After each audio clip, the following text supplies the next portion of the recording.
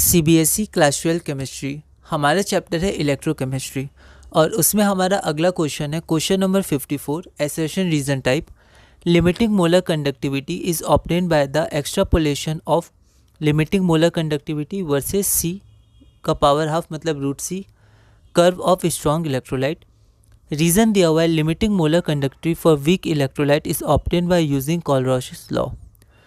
यह question CBSE 2023 में 1 mark का पूछा गया था। एक बार आप इस क्वेश्चन को ट्राई करिए फिर हम लोग आगे बढ़ते हैं। तो यहाँ पर हमें ध्यान रखना है कि जो लिमिटिंग मोलर कंडक्टिविटी की वैल्यू होती है वो एक्सट्रापोलेशन या एक्सपेरिमेंटली हम लोग फाइंड नहीं करते हैं, ठीक है। तो यहाँ पर देखिए the molar conductivity at infinite dilution can not be measure, ठीक है। तो हम फाइंड नहीं कर सकते हैं एक्सपेरिमेंटली और बाय एक्सट्रापोलेशन ऑफ ग्राफ, ठीक है। तो ये तो गलत हो गया क्योंकि यहाँ इज ऑब्टेन्ड लिखा है। रीज़न क्या है कि the limiting molar conductivity for weak electrolytes is obtained by using Kohlrausch law, ठीक है। तो कोलरॉश लॉ से हम लोग अप्लाई कर सकते हैं। हम लोग आगे के क्वेश्चंस में देखेंगे कि लिमिटिंग मोलर कंडक्टिविटी निकालने के लिए यही लॉ का यूज़ किया जाता है। तो रीज़न आपका सही है। तो इसके लिए ऑप्शन डी होता है, ठीक है। आपको 4 ऑप्शन दिए रहेंगे तो आप उनमें से चुन सकते हैं, पर जनरली ऑप्शन डी यही होता है। Assertion is incorrect but reason is correct, तो आप लिख दीजिएगा पूरा। और आप चाहें तो ये लिख भी सकते हैं एसर्शन जो सही है। अगला क्वेश्चन है हमारा question number 55 state Kohlrausch law of independent migration of ions why does the conductivity of a solution decreases with dilution, ठीक है। यह क्वेश्चन सीबीएसई 2023 में 2 मार्क्स का पूछा गया था।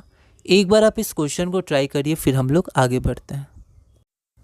Kohlrausch law of independent migration of ions states that the limiting molar conductivity of an electrolyte can be expressed as the sum of the individual contributions of the anion, ठीक है। Anions मैंने S हटा दिया है, ठीक है, क्योंकि generally हमारे पास एक एनायन एक कैटायन होता है।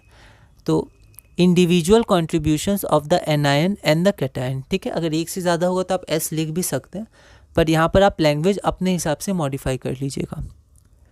सम of the individual contributions of the anion and cation of the electrolyte, ठीक है।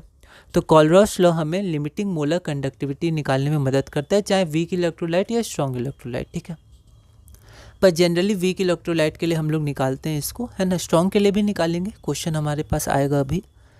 तो CH3COOH एसिटिक एसिड के लिए, इथेनॉइक एसिड के लिए क्या होता है, तो इसके आयंस होते हैं एक एसिटेट आयन और H+ आयन। तो limiting molar conductivity acetic acid के लिए होगा एसिटेट आयन का इंडिविजुअल लिमिटिंग मोलर कंडक्टिविटी और H+ का इंडिविजुअल, ठीक है। रिप्रेजेंटेशन में हम लोग चाहें तो यहाँ पर सिंबल ऐसा यूज़ कर सकते हैं जैसे इसमें किया था, पर जनरली लैम्डा का यूज़ किया जाता है, ठीक है, और उसके ऊपर नॉट, ओके। और अगला जो हमारा है Y does the conductivity of a solution decreases with dilution. तो इसके लिए हमने पहले भी 1-2 बार ये क्वेश्चन आया हुआ है, तो आप क्वेश्चन नंबर 41 रिफ़र कर सकते हैं। अगला क्वेश्चन है हमारा question number 56 state and explain Kohlrausch law of independent migration of ions write an expression for the molar conductivity of acetic acid at infinite dilution according to Kohlrausch law, ठीक है। तो सबसे पहले हमें स्टेट करना है, एक्सप्लेन करना है, ठीक है, और right an expression for the molar conductivity. तो एसिटिक एसिड का मोलर कंडक्टिविटी का एक्सप्रेशन लिखना है इनफाइनाइट डाइल्यूशन पे, मतलब लिमिटिंग मोलर कंडक्टिविटी का एक्सप्रेशन लिखना है। यह क्वेश्चन ऑल इंडिया 2010 में 2 मार्क्स का पूछा गया था। एक बार आप इस क्वेश्चन को ट्राई करिए फिर हम लोग आगे बढ़ते हैं। तो जो हमें स्टेट करना था वो तो क्वेश्चन 55 से आप लिख सकते हैं, ठीक है। और अब हम एक्सप्रेशन लिखते हैं the expression for the molar conductivity of acetic acid at infinite dilution is, तो मोलर कंडक्टिविटी एसिटिक एसिड का, तो इंडिविजुअल एनायन और कैटायन का molar conductivity limiting molar conductivity. तो ये हो जाएगा एसिटेट आयन का लिमिटिंग मोलर कंडक्टिविटी और ये आ गया आपका H+ आयन का लिमिटिंग मोलर कंडक्टिविटी। तो यहाँ पर CH3COO- ये है limiting molar conductivity of CH3COO- ions, और ये हमारा हो गया limiting molar conductivity of H+ ions, ठीक है। तो ये हमारा एक्सप्रेशन हो गया ये वाला, है ना। अगला क्वेश्चन है क्वेश्चन नंबर 57। पहला पार्ट है calculate the EMF of the cell at 298 kelvin. ये हमें रिप्रेजेंटेशन दिया हुआ है सेल का, ये हमारे पास गिवन है। सेकेंड पार्ट है with the help of a graph explain why it is not possible to determine the molar conductivity for a weak electrolyte by extrapolating the molar conductivity versus root c का power half curve as for strong electrolyte।